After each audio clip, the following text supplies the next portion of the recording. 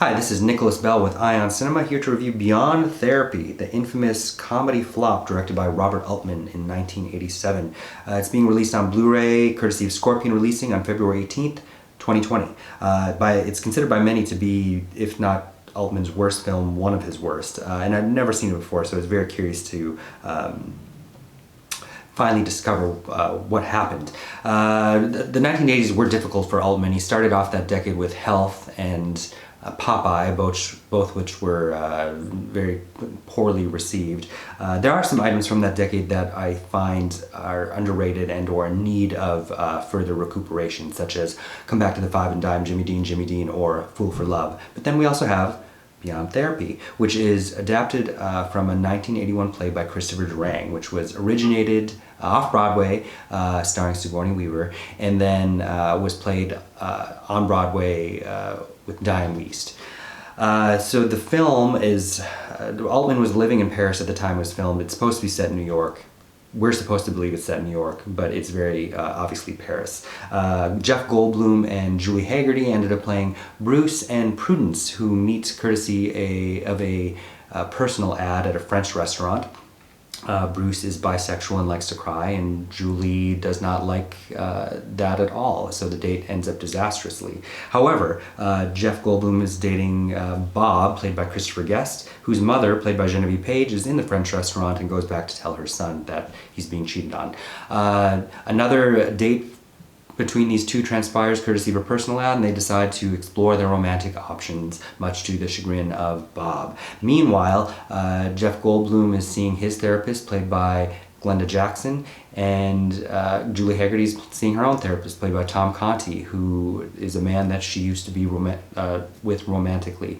And then the film is very awkwardly edited in between these therapy sessions, where the therapist, of course, ironically, are more neurotic than their patients.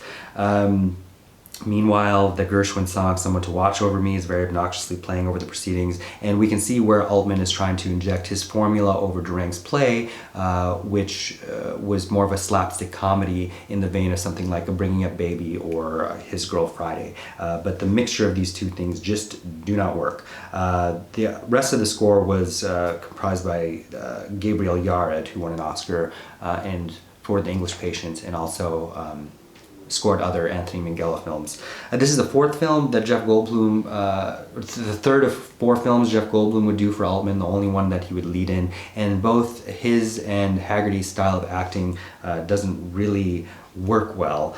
That said, I think this is probably better than O.C. and Stiggs, but that'd be thanks to Glenda Jackson and Tom Conti, and Christopher Guest, who all three are a lot of fun to watch as the supporting players. It just seems that it was written in 81, the film was in 87, the AIDS crisis was in full swing, and Altman, I guess, who kind of rewrote Durang's script, didn't find the time to add any kind of commentary about that in there, which really feels lacking.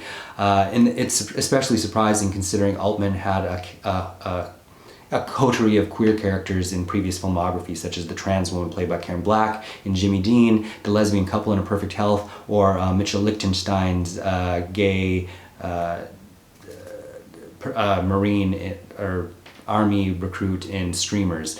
So it just seems like this was a bad call for a lot of reasons. I would give this film 2 out of 5 stars, and Scorpion Releasing's disc 3 out of 5. Thank you. Hey, this is Eric from IONCINEMA.com. If you want to support us, subscribe below. For more reviews, interviews, film festival coverage from Sundance, Cannes, Toronto, you want to check out these guys on this side.